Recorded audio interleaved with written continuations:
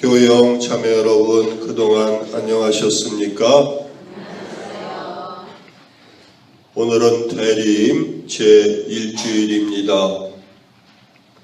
지난주에 예고해 드린 대로 앞으로 1년 동안 우리 본당에서는 내가 기도를 제대로 하고 있는지 살펴보게 됩니다. 여러분도 잘 아시다시피 가톨릭 신자라고 해서 모두 열심히 기도하지는 않습니다. 그리고 생각보다 훨씬 더 많은 신자가 기도하려고 전혀 노력도 하지 않습니다.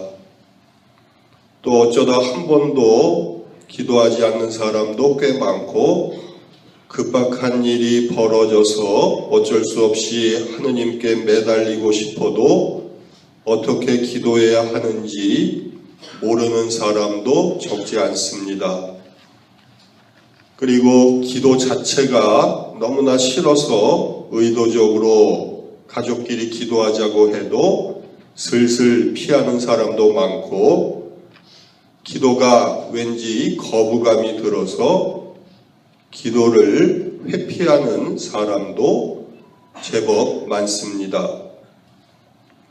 그리고 이것저것 큰 소리로 혼자 떠들면서 자기 욕심을 요구하는 것도 기도라고 생각하는 사람도 많고, 하느님의 말씀을 들으려고 전혀 노력하지 않으면서도 그걸 자기가 기도를 열심히 하고 있다라고 착각하는 사람도 많습니다.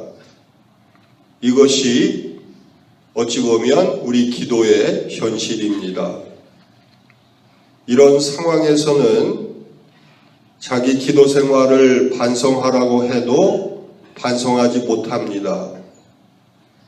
하느님 안에서 자신을 살펴보는 능력도 결핍되어 있고, 하느님을 향한 열정적인 마음도 없습니다.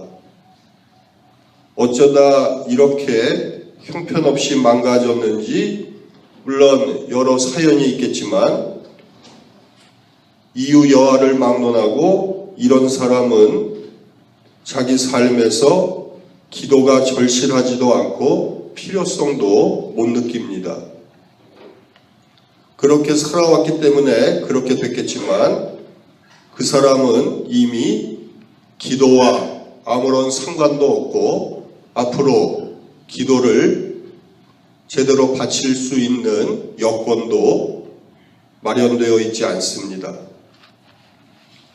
이런 신자는 무슨 일이 생겨서 기도하려고 해도 그냥 아무 생각이 안 나거나 자꾸 딴 생각만 듭니다. 그래서 자기 딴에는 집중하려고 묵주기도나 주모경 같은 염경기도를 큰 소리로 바쳐도 분심이 사라지지 않습니다. 이런 사람에게 어떻게 기도할 것이냐 하는 질문은 사치스럽습니다. 또 기도는 이런저런 것이고, 기도를 열심히 하려면 이런 방법, 저런 방법, 그것을 이렇게 저렇게 해야 한다는 이야기도 기도해 본 적도 없는 그 사람의 현실과 너무 동떨어진 이야기라서 피부에 와닿지도 않습니다. 이런 사람에게 기도 열심히 하십시오 하는 덕담은 무당에게 투닥거리를 부탁하거나 점쟁이에게 앞날을 물어보는 것처럼 하느님께 무엇인가 청탁하라는 비정상적인 의미로밖에 들리지 않습니다. 지금까지 살펴본 증상이 조금이라도 나에게 해당된다면 어린아이처럼 기도하는 것을 걸음마부터 다시 배워야 합니다. 여러분들 어린 시절에 어머니, 아버지 아니면 할머니, 할아버지와 함께 기도한 이후에 기도하는 걸 배운 적이 없죠? 예비신자 때도 기도에 대해서 무엇을 배웠어요? 기도하는 방법에 대해서는 배운 적이 없을 거예요. 그래서 처음부터 다시 배우지 못하면 제대로 기도할 수 없고 진심으로 기도하는 방법도 죽을 때까지 깨닫지 못하는 거예요. 기도하지 못하면서 어떻게 올바르게 신앙생활을 하겠습니까? 그래서 기도에도 학습과 훈련이 필요한데 여태까지 우리가 그걸 방치하고 있었던 거예요. 그래서 앞으로 1년 동안 열심히 공부해 보시기 바랍니다. 이번 주간에 숙제를 드리도록 할 테니까 한두 가지라도 내가 일상 기도를 어떻게 바치고 있는지 현실 점검을 해보시기 바랍니다. 첫 번째는 평소에 내가 기도를 규칙적으로 바치고 있는지, 그리고 하루에 몇 번, 얼마나 주기적으로 바치고 있는지, 또 본인이 좋아하는 기도만 편식하듯이 골라서 바치지는 않는지, 그리고 내 기도의 지향이 나와 내 가족만 생각하는 이기적인 내용으로 채워져 있지는 않은지, 그리고 기도를 한다고 하는데 그것이 하느님의 도우심으로 내 욕망이 충족되기를 바라는 것인지 아니면 내 삶에서 하느님의 뜻이 이루어지기를 바라는 내용인지, 또 내가 소통하는 하느님이 진짜 하느님인지 아니면 하느님 흉내를 내고 있는 마귀와 거래하면서 하느님이라고 착각하고 있지는 않은지, 그건 남들이 가르쳐 줄 수가 없는 거예요. 여러분이 스스로 검증하고 찾아내서 잘못된 것이 있으면 수정을 해야 되는 일들이에요. 그리고 내가 하느님을 얼마나 제대로 알고 있는지, 뭐 얘기하다 보면 끝도 한도 없어요. 그러나 지금까지 제가 말씀드린 것 중에 한두 가지라도 나와 연관되어 있고 또 자신에게 필요하다고 여겨지는 문제를 찾아서 자신의 일상 기도를 일주일 동안 점검해 보시기 바랍니다.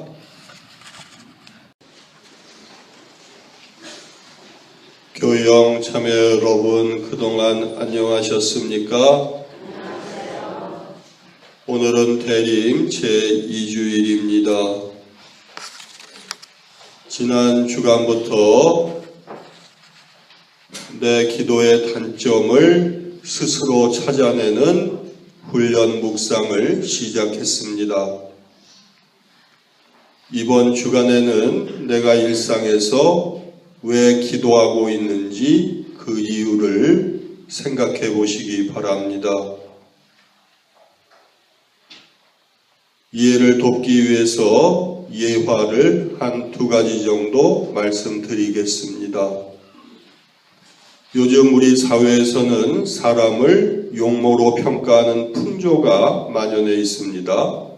그래서 조금이라도 배운 사람이라면 사람의 겉모습만 중시하는 외모지상주의가 나쁘다고 말합니다. 하지만 거기서 자유로운 사람은 없습니다.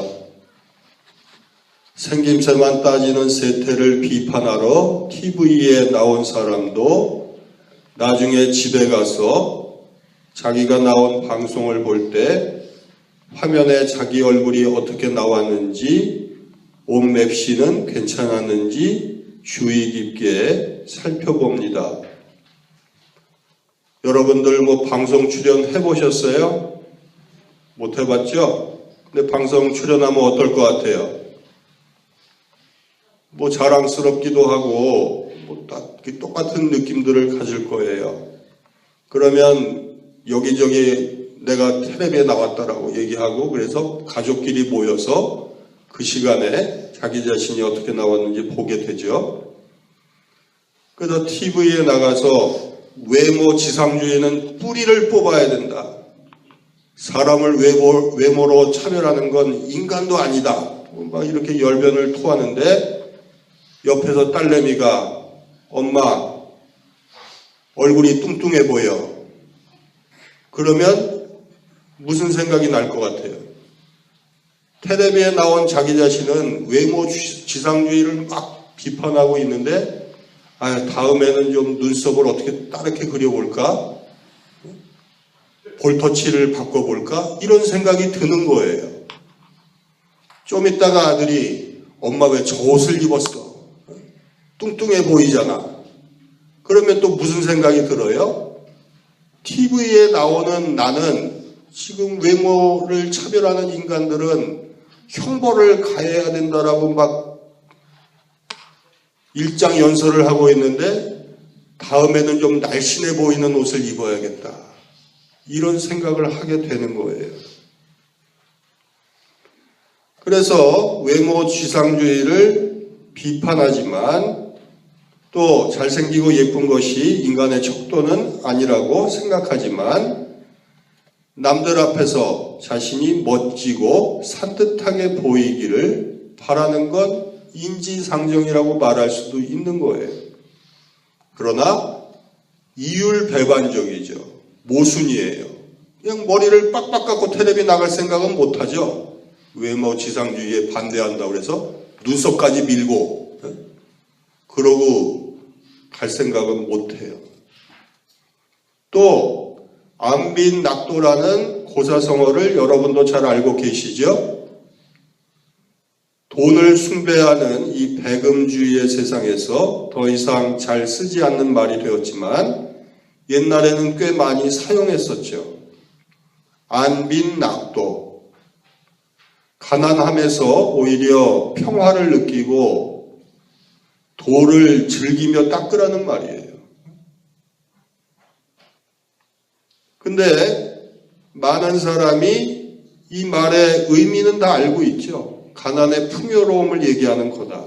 그리고 또 실제로 내 주변에서 안빈낙도를 실천하는 사람을 보면 존경스럽죠. 근데 정작 안빈낙도란 말이 여러분의 현실이 되면 어떨 것 같아요? 정말 쫄딱 망했어. 그래서 집도 경매로 넘어가고 집안에 TV, 냉장고 이런 거에 빨간 딱지 붙어 있으면 여러분이 평화를 느낄 수 있겠어요? 처참해지고 죽고 싶어질 거예요.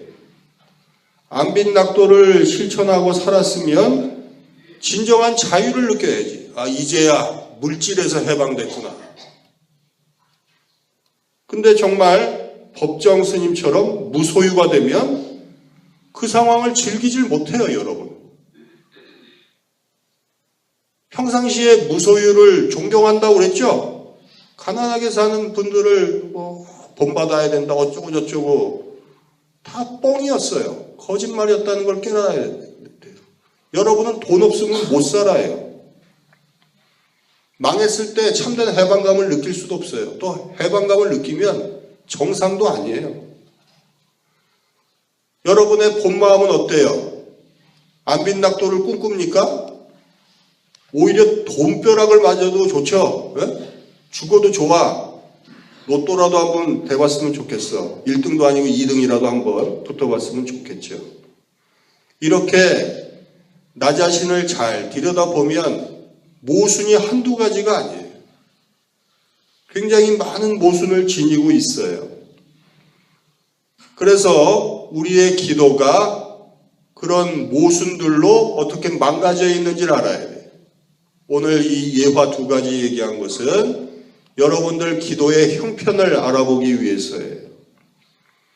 기도는 자기 자신을 비추는 거울이에요. 거울이 찌그러져 있으면 거울에 비치는 자기 모습도 찌그러져 보이는 거예요. 그래서 한번 생각을 해보시기 바랍니다.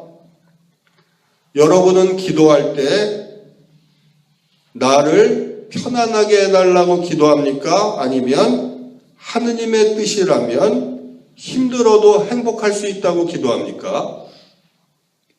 어떻게 기도해요?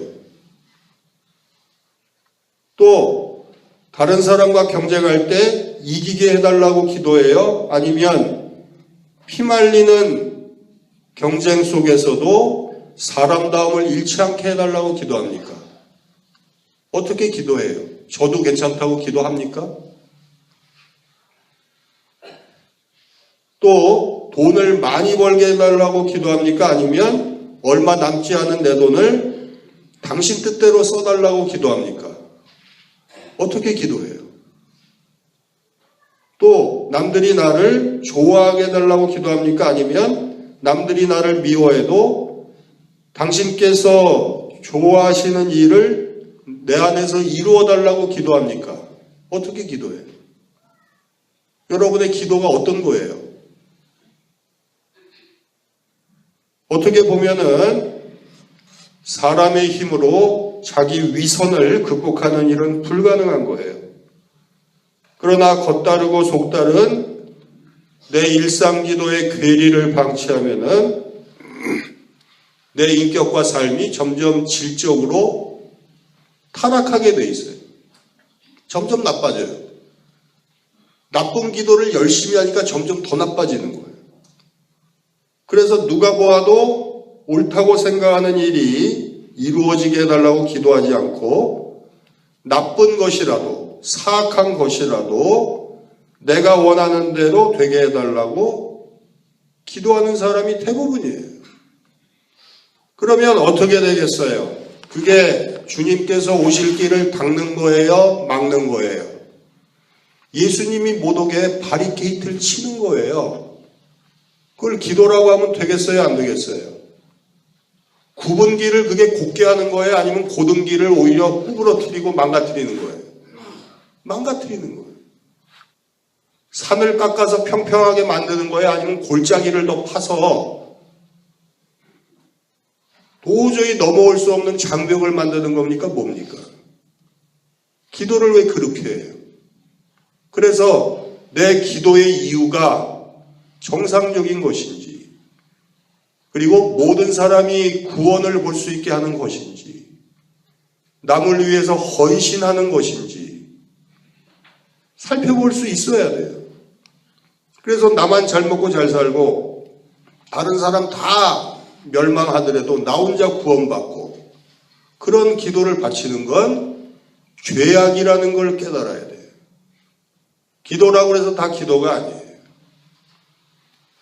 그래서 이번 주간 독서와 복음을 통해서 내가 왜 기도하는지, 혹시나 썩어빠진 욕망이나 죄악에 물든 기도의 이유를 갖고 있지는 않은지 살펴보면서 예수 성탄을 준비하시기 바랍니다.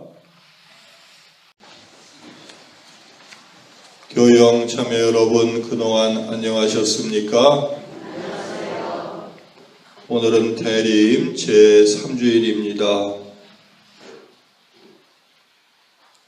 지난 주간에 우리는 세상 모든 사람을 돌보시는 하느님의 마음을 헤아리지 못하고 내 요구사항만 기도랍시고 잔뜩 늘어놓고 있는 현실을 반성했습니다. 너무 일방적인 거죠. 그런 건 기도라고 말할 수가 없어요. 이번 주간에는 일상생활에서 기도하는 일이 왜 필요한지, 일상 기도의 필요성에 대하여 생각해 보시기 바랍니다. 이제 대림 3주니까 일상 기도에 대하여 2번밖에 공부를 안 했죠. 보름 남짓 공부를 한 것인데 벌써 아실 분들은 다 아실 거예요. 자기 기도가 그동안 얼마나 엉터리였고 내가 바보 같은 기도를 바쳤는지 깨달으셨을 겁니다. 그러나 그 원인은 복잡하지가 않아요. 우리가 기도하는 이유는 기도를 통해서 왜곡되어 있는 내 현실을 하느님의 눈으로 직시하려는 거죠. 그런데 유감스럽게도 하느님의 시선이 어디를 향하고 있는지 알 수가 없어요. 그건 교황님이라 하더라도 대충 짐작만 하시는 거지 정확하게 알 수는 없는 거예요. 그래서 규칙적으로 열심히 기도하더라도 자기 고집이나 환상에 빠져 있는 사람이 많습니다. 이런 사람은 자신이 아는 하느님이 전부라고 착각하고 있기 때문에 엉뚱한 짓을 하면서도 하느님의 뜻을 실천하고 있다고 생각해요. 일종의 컴플렉스가 생긴다고 생각하시면 되겠어요. 여러분 중에 용서 컴플렉스가 있는 사람이 있어요. 또 사랑 컴플렉스를 갖고 있는 사람이 있어요. 또 어떤 사람은 정의 컴플렉스를 갖고 있는 사람도 있어요. 그런 사람들이 오늘 복음에서 세례자 요한을 찾아와서 묻는 거예요. 저는 어떻게 하면 좋겠습니까? 하고 묻죠. 근데 그 사람의 상태를 보세요. 너무 뻔한 질문을 던지죠? 그리고 세례자 요한의 답도 너무 뻔해요. 자비, 사랑, 정의에 대한 답변이에요. 근데 왜 이렇게 됐을 것 같아요? 예를 들어서 우리 주변에서 용서 컴플렉스를 가진 사람을 본보기로 들어봅시다. 그런 사람들은 나름대로 기도를 열심히 했기 때문에 용서에 관계된 성경 구절을 꿰고 있어요. 척척척척 나와. 7번씩 70번, 뭐 어쩌고저쩌고. 원수를 사랑해라. 뭐 계속 마르지 않는 샘 같아. 성경 구절을 계속 이렇게 뱉어내는 거예요. 그러니까 한마디로 얘기하면 하느님의 마음으로 모든 사람을 용서해야 한다는 거죠. 근데 세상을 살다 보면 그게 쉬워요, 어려워요? 아니 막상 뭐 내 남편이나 내 아내 뭐 그 사람들이 잘못하는 건 뭐 그렇다 쳐도 연쇄 유아 성폭행범이나 그 다음에 뭐 몇십 명을 죽인 그런 살인범이나 그렇게 딱 만나면 거기서 용서란 말이 나와요, 안 나와요? 더군다나 내 가족이 피해를 당했다면 그런 말을 할 수가 있을 것 같아요, 없어요? 그러면 그 자기가 쌓아놓은 그 기도에 의해서 만든 그 영성 체계가 무너져 버리는 거예요. 머릿속으로는 용서해야 되는데 현실하고 충돌을 하는 거죠. 당위성과 현실의 충돌이라고 그러는 거예요. 그러니까 그런 사람은 항상 오픈 마인드를 중요시하죠. 모든 사람에게 마음의 문을 열어야 한다. 그게 하느님의 뜻이다. 그러지만 세상은 어때요? 문이 열려 있으면 착한 사람만 와요? 도둑도 와요? 도둑놈이 먼저 와요. 그래서 문이 열려 있으면 문짝까지 뜯어가. 그게 뭐 온전할 줄 알아요? 그래서 오픈마인드 하는 게 쉬운 것 같습니까? 여러분들 오픈마인드 했다가 무슨 꼴을 당해봤습니까? 그 경험이 있잖아요. 그게 그렇게 좋은 게 아니에요. 쉬운 것도 아니고. 근데 이제 이런 그 더러운 뭐 이렇게 일을 몇 번 당하게 되면은 그 다음엔 또 어떻게 돌변합니까? 정의 컴플렉스에 빠져요. 모든 걸 다 분별하고 판단하고 선택하는 게 더 중요하구나. 이걸 모든 걸 다 끌어안으려니까 나를 이용해 먹으려고 온 사람, 나를 사기쳐 먹으려고 온 사람들이 파리떼같이 꼬이는구나. 그러면 정의로운 게 중요하다. 그래가지고 또 성경에 나오는 정의에 관계된 것만 다 이렇게 공부를 해가지고 그걸 또 줄줄줄줄 꿰고 살아요. 근데 정의 컴플렉스에 걸린 사람들의 문제점은 뭔지 아세요? 자꾸 그러다 보면 용서가 생각이 안 나요. 하느님의 자비가 뭔지 기억나지가 않습니다. 끝까지 뭘 파괴해버리려고 하게 되는 거예요. 이런 사람들은 죄인을 회개시키는 것은 체벌이 아니라 사랑으로 또 포근한 마음으로 이게 감싸 안는다는 사실을 생각해내질 못해요. 망가진 거예요, 사람이. 그리고 가장 치명적인 건 뭡니까? 이렇게 삭막하고 메마른 상태에서는 아무리 또 노력을 해도 그 사람이 원하는 참된 정의가 실현되지도 않아요. 사랑이 메말랐다고 쳐. 자비심도 없어. 용서도 없어. 그러면 정의라도 실현이 돼야 되는데 그런 상태로 그 상황에 뛰어드니까 상황이 더 이상해지는 거예요. 그러니까 용서 컴플렉스나 정의 컴플렉스는 안 돼요. 그러니까 이 길로 가다가 이 길이 아닌가 보다. 저 길로 가다가 저 길이 아닌가 보다. 그렇게 되면 어떻게 되겠습니까? 이제 두 마리 토끼를 쫓다가 에라이 모르겠다 이렇게 되는 거예요. 그러니까 뭐가 자비인지 뭐가 정인지 뭐가 용서인지 뭐가 사랑인지 아무것도 모르겠다. 그게 오늘 복음에 나오는 사람들이. 그러니까 너무 간단한 질문들이잖아요. 세례자 요한한테도 뭘 물어봅니까? 세리들은 뭘 해야 되냐고. 그러면 세례자 요한이 뭐라고 한 거예요? 뛰어먹지 말라고. 정해진 것만 받아라. 더 뜯지 말아라. 그렇게 얘기를 하는 거죠. 그 다음에 군인들 와서 어떻게 해야 되냐고. 그럼 남의 것 뺏지 마라. 그 얘기를 하는 거 아니에요. 이게 뭐가 어려워요? 근데 이것저것 막 용서만 하려고 그러면은 다 될 줄 알고 정의만 부르짖으면 다 될 줄 알고 그러다가 죽도 밥도 안 되는 게 대부분의 사람들이. 그러면 이상해지는 거예요. 그래서 그런 사람들은 그게 우리의 모습일 수도 있죠. 무조건 용서해야 한다는 따뜻한 신앙의 확신도 없어요. 여러분들 속을 들여다보세요. 그리고 옳고 그름을 분별해서 시시비비를 분명하게 가려내는 현실적인 선명함도 없어요. 따뜻하지도 않고 딱 부러지지도 않고 그렇게 되는 거예요. 그래서 세상을 살다 보면은 정당성이 없는 해결책도 답이 아니죠. 반대로 해결책이 없는 정당성은 쓸모가 없는 거예요. 정당하면 뭐해? 해결을 해야지.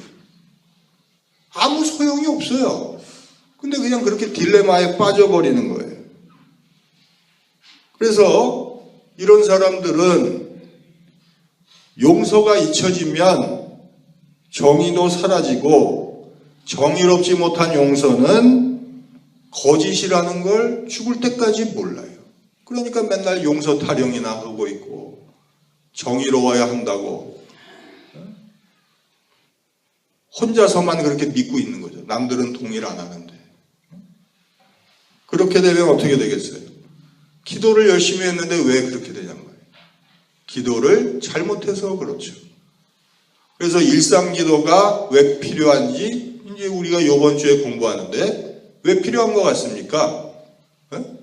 기도 잘못하면 이렇게 용서 컴플렉스, 정의 컴플렉스에 빠지는데 기도를 왜 해야 되는 것 같아요? 그것은 하느님의 뜻을 알기 위해서 하는 게 아니에요. 하느님의 뜻을 모르기 때문에 하는 거예요. 아무리 인간의 한계에서 노력을 하고 발버둥을 쳐도 하느님의 뜻을 알 수가 없어요. 그러니까 기도 안 하면 버틸 수가 없는 거예요. 건방지게 하느님의 뜻을 알겠다. 그래서 기도한 다음에 이게 하느님의 뜻이구나. 이렇게 하면 되겠다. 그건 정신병자나 마찬가지인 거예요. 아무리 기도해도 하느님의 뜻을 알 수가 없어요.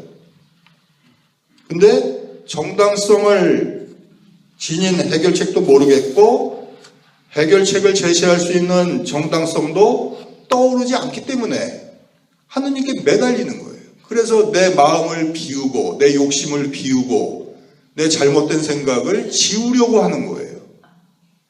하느님 마음에 다가가는 거죠. 하느님 생각에 다가가는 거예요. 그게 신앙인의 자세고 그게 우리 일상기도가 필요한 이유라는 걸 이번 주간 독서와 복음을 통해서 확인 묵상 해보시기 바랍니다.